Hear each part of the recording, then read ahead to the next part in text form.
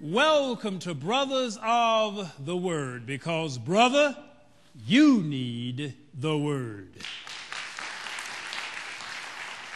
And today's message, it is an interesting message. It actually stems from an event that I told you about weeks ago as I was preaching the series, Why You Don't Get the Promises of God. I detailed an incident that I had while I was in the exercise class. And I was down on the floor after we had just finished an exercise, and I heard God speaking to my spirit. He said, one day you will need a space big enough to hold 500 people for this exercise class. And it related to what God has spoken to me, what he has spoken to so many of the other prophets who have come here. And they say, I see this church expanding, and you'll have to build another church that is multiples of the size of this one. And it is what God has spoken to me. You will have to build a church exactly 4,200 seats large. And as I was there on that floor, and I was asking God, because oftentimes with so many of the things of God, he has spoken these things, but it has been an indeterminate amount of time that has passed between when he spoke it and where we are, and the thing has not manifested. And I asked God, laying on that exercise floor, I said, well, Lord, when is this thing coming? And God answered me with one simple statement or question. Because oftentimes when God asks a question, he's making a statement along with the question. And he simply stated, when do you want it to come? And the time that has elapsed between that question and this date has been over 6 weeks. And when I talked about it in the last series, it had been 3 weeks then, and I still had not answered the question. And he spoke and he told me, he said, when you do answer the question, you must make a public declaration. So today's message is simply entitled, The Declaration. But it is also the first biblical Sunday of the biblical month. Now, this is actually the third Sunday of the month by the traditional calendar, but on the first Sunday of the biblical month, I am also commanded to preach a health message. But yet God had spoken to me. He said, this Sunday is the best Sunday to make the declaration. And he said, when you make the declaration, he said, the earth will move. And I'm saying, what does that mean? You know, sometimes when God says something to you, you have no idea what the thing really means. Like, what do you mean the earth will move? I mean, the only thing I can think of with the earth move is an earthquake. But oftentimes that's not what God is talking about, because, see, we are flesh, we're dirt, we're earth. And sometimes when you make a statement or a declaration, it can cause people to move.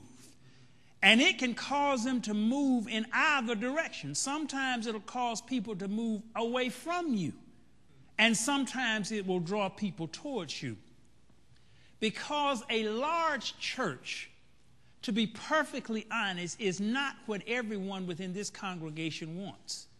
Some of us are more comfortable with a small, intimate setting. And I am supposed to preach a health message, and I did not realize it until a few minutes ago that the declaration is one of the greatest tools in getting your health better. Let me explain what I mean by that.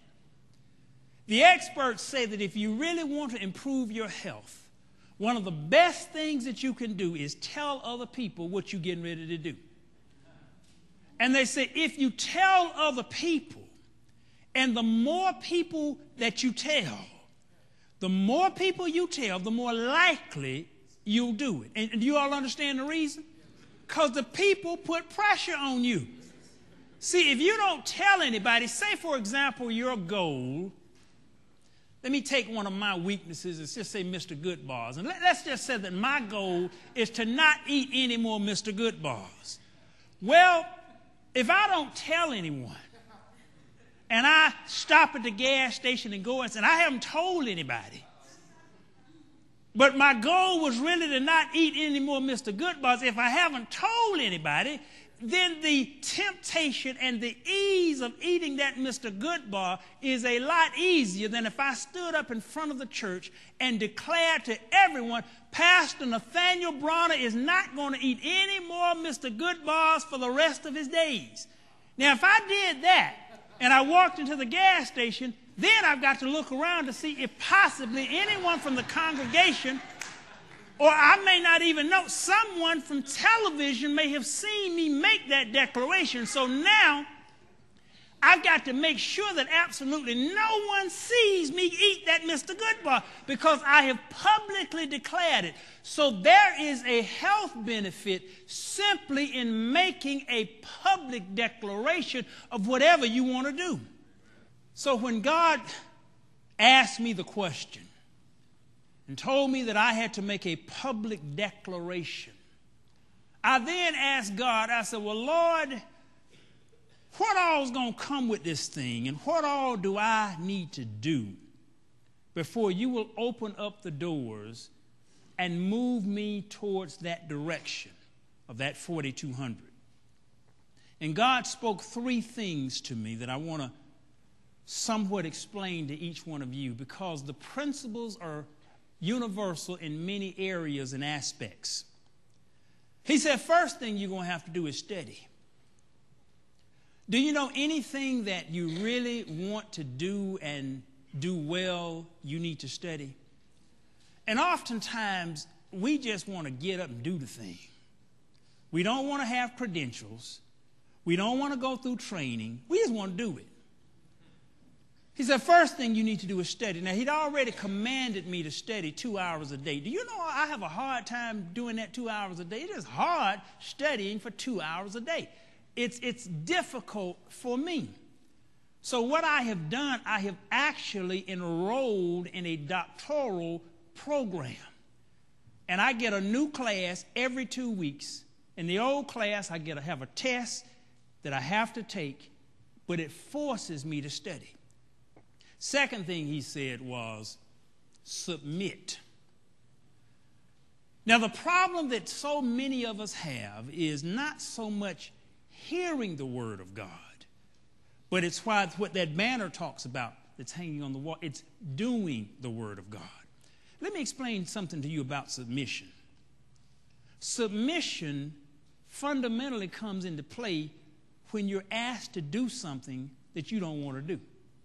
And see, oftentimes we may want the promise of when people tell you about the huge growth and the huge sanctuary.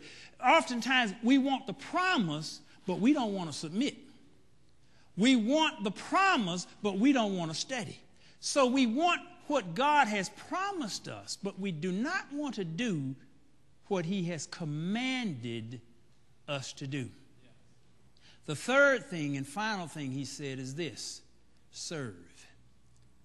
Now, the problem with serving, and one of the reasons why I had not answered God, was I knew that the more people who came, the more it would pull on me with issues.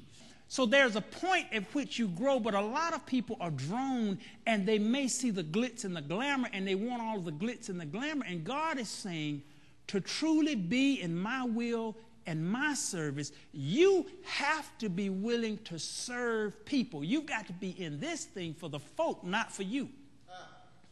So these were the things that God had laid upon my heart and laid upon my spirit. Study, submit, and serve.